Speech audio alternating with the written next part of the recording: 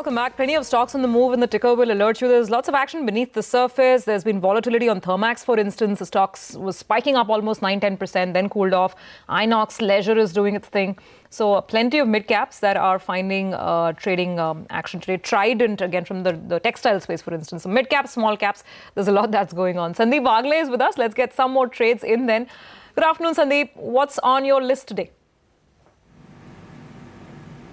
Afternoon, Surbi. I would go with a sell in a Tata Global that has given a breakdown, stop loss of 214, target 202, and a buy in a Cipla, stop loss of 542, target 561. Sandeep, any disclosures? Well, I personally don't have any positions in the stocks that I have given, but our clients may be holding some positions. Okay, Sandeep, thanks a lot for those ideas. Mr. Tulsian, this 11.5% move on Equitas and about 8% on Ujjivan, although Ujjivan has cooled off now. Your thoughts on what could have led to this kind of big move? See, Anuj, again the RBI directive compliance, where the model is only to dilute the equity of the holding company by distributing them to the existing shareholder. And maybe if any progress is seen happening, because obviously the deadline is seen catching, and both the companies have categorically stated that they will be opting for this route where the holding company will only be keeping 40% stake. Even that has to be kept, because it is again the RBI condition that they have to hold it for 5 years. Otherwise they would have totally probably dismantled the holding company structure, and 60% will get distributed to the shareholders of the Equitas and equity shareholders of the Ujjivan. So probably that's the reason that these stocks are moving up. Otherwise I don't find any other reason. Okay, that's Ujjivan on the move. Okay, Mr. Tulsian, on the auto space itself, the jury's still out because numbers were a little weak. What would your advice be on an Ashok Leyland? Because that's the one stock that reacted negatively to negative numbers, whereas Maruti took those numbers, for instance, in its stride. So Leyland, what would be the call? See, I don't think that Leyland numbers are seen to be that bad, which warrants the correction. Maybe the sentiments have seemed to be little low, because overall the auto sales numbers were seen to be bad, and more especially for the CV front. If you take whether MCV, HCV, all the CV fronts is seen to be under stress. Whether you take a call on the M&M or Ashok Leyland or maybe Tata Motors, or even for that matter maybe SML, Isuzu, or maybe Atul Auto. Atul Auto in fact has performed well, but that's again in the three-wheeler, so you can't put them in the CV space. So overall there has been some kind of negative perception, but if you knock that off and if you take an isolation call on Ashok Leyland, I don't think that numbers have been seen to be so disappointing looking to the trend. So maybe I will initiate a buy call on Ashok Leyland at the current level. Okay, buy on Ashok Leyland at current level. Mr. Tulsian, thanks a lot for joining us today. Of course, we'll have conversation with you tomorrow now. For now, there are a couple of interesting stocks. Apollo Tyres, in fact, tire stocks have underperformed today. Apollo Tyres making fresh intraday lows. Just pull out that stock right now. That's down. And PSU banks have reversed. In the morning, PSU banks were outperforming. That trend has changed, and how? And if you see that's the Nifty PSU bank. Allahabad Bank is at the low point. There's Union Bank at the low point. So quite a few of these stocks moving lower. Abhimanyu, your thoughts on, say, something like Apollo Tyres?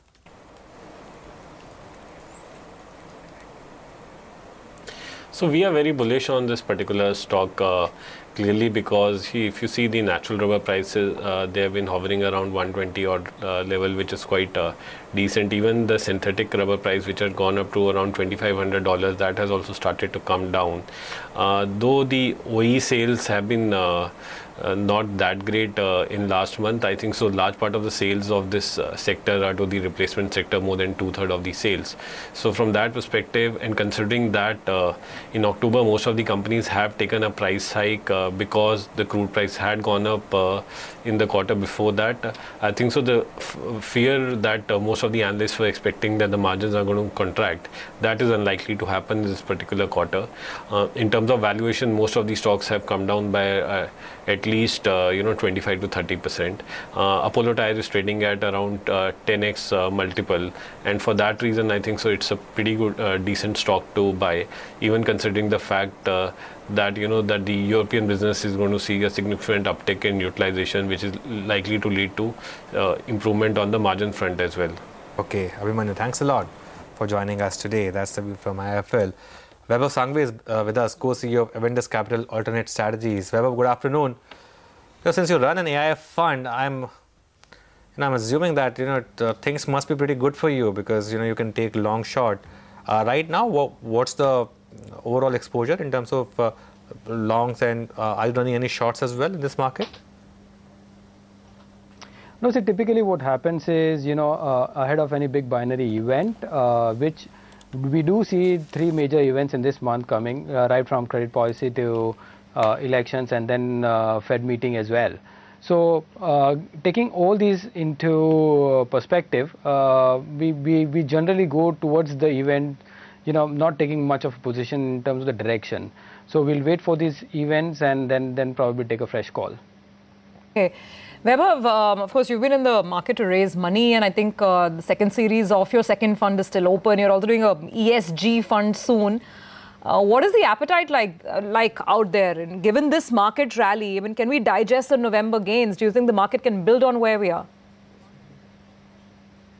No, I think, what we have to see is basically that the whole rally which has happened is partly because of the emerging market performance as compared to the developed markets. And if you see in last month, which is November, there has been some sizable net inflow purely because we have seen some sizable flow into emerging market ETFs.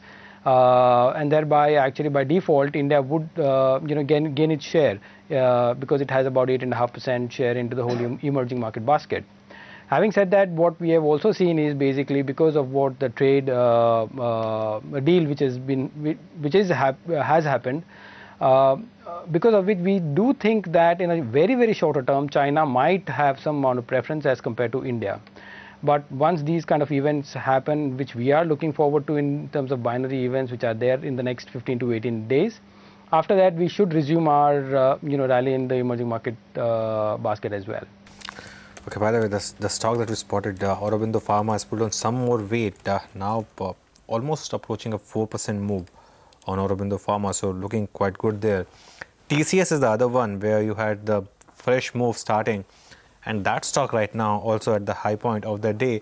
What is really interesting, Vaibhav, is that IT has continued to outperform despite what a lot of people thought, a story getting over in terms of the rupee tailwind.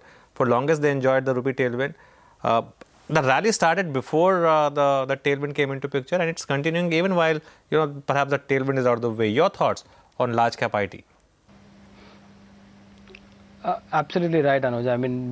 That we have been consistently positive on the whole IT space, and it was a combination of 2 reasons, right? Of course, the rupee tailwind was there, but at the same time, the business environment was also getting much favorable.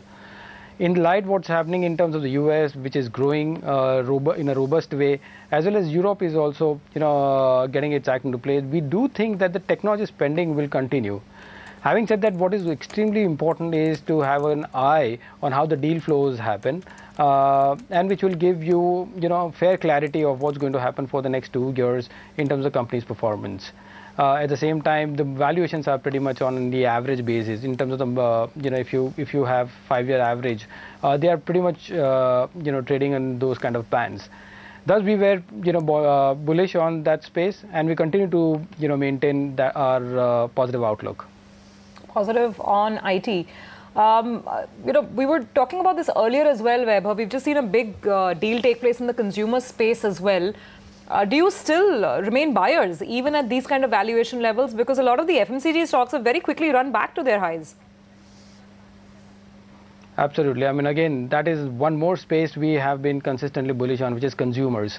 Consumers, both discretionary and staples. More so on the staples purely because we do estimate that in the next 6 months, going a run up into the election, the spending in the consumer side would be on the elevated levels, and because of which you will see robustness into the quarterly numbers in the next 2 quarters at least. So we do think that on a 6 to 12 months perspective, because of those kind of numbers, they will retain the kind of momentum which they have showed till now. And when you're talking about consumer discretionaries, are you clubbing autos with that? What's the sense there? Because that's the one sector of the market that's really been bombed out last 2 months. Yeah, right, because the monthly numbers have not been very, very encouraging, and partly is to do with the kind of NBFC financing or NBFCs actually curtailing their own growth as well. So what we think is basically, yes, the growth has been impacted in a shorter term, but autos as an overall long-term story still remains there because of the kind of demography which we are in. So longer term, yes, we are bullish, but probably it may take a pause in the shorter term. Interesting. You're constructive on well-capitalized PSU banks. In terms of risk reward, you think that's favorable? But we've seen so much wealth destruction in some of these PSU banks. So from risk point of view, how are things looking here? No, you're right. I think after a long time we have turned constructive on the PSU bank basket as such, and especially on those banks which are well capitalized and are in a position to capture any growth opportunity which come to them. What we also do think is basically the larger reason is one, that the whole NPA cycle is behind us. And we do think that because of the NCLT resolution, all these banks would stand to be a big beneficiary of some amount of write-backs which may happen, to these companies. Yes, the provision levels may be a little high in the coming 2 quarters, but we do think that, for a longer period of time, it's a right time to get in. And then I must ask you the follow-up to that then. And that's NBFCs. What are you buying? What are you staying away from once, dust is settling, I guess maybe I can say that. So what are you picking and choosing? NBFCs, we have to be very clear that those NBFCs which, which has some problem on the ALMs or has a very weak liability franchise, I think their growth prospects would be curtailed. Those are the companies we want to completely avoid. Again, in NBFCs, those companies which are consumer focused, retail focused, are the ones where we would want to have some amount of exposure to. Okay, that's interesting. Of course, that's been the consistent view from your side. In terms of money flows, Vaibhav, your thoughts on the kind of FI money that we have started to receive once again after a long time, and whether that is sustainable, because we have the domestic piece pretty much sorted. That every month we're seeing record inflows. But from the FI point of view, you reckon there could be some more inflows? Yes, I do think so, largely because it's more of kind of passive money which is getting into the market currently, and this passive money, usually has a tendency to last for at least a couple of months. Having said that, what we need to understand is US is on its way of QE tightening. At the same time, Europe is starting to end their QE program in December end. So there would be a time in second quarter calendar year 2019 where we would be net liquidity negative on the global markets, right? So you might see because of that some amount of volatility getting created across asset classes. But till then time, I think passives will lead the way, and emerging market is the flavor of the season. Okay, and we have definitely benefited from that. Let's see if that flavor is indeed going to last as we get into 2019. Thank you very much, Vaibhav, for being with us on Closing Bell today. Well, right now we need to take a break with the news that the market is absolutely range-bound flat on the headline indices. Bank Nifty is still down about 0.5%. Mid-caps, it's all about individual stocks. We'll come back and get down to some trading ideas for the last half an hour.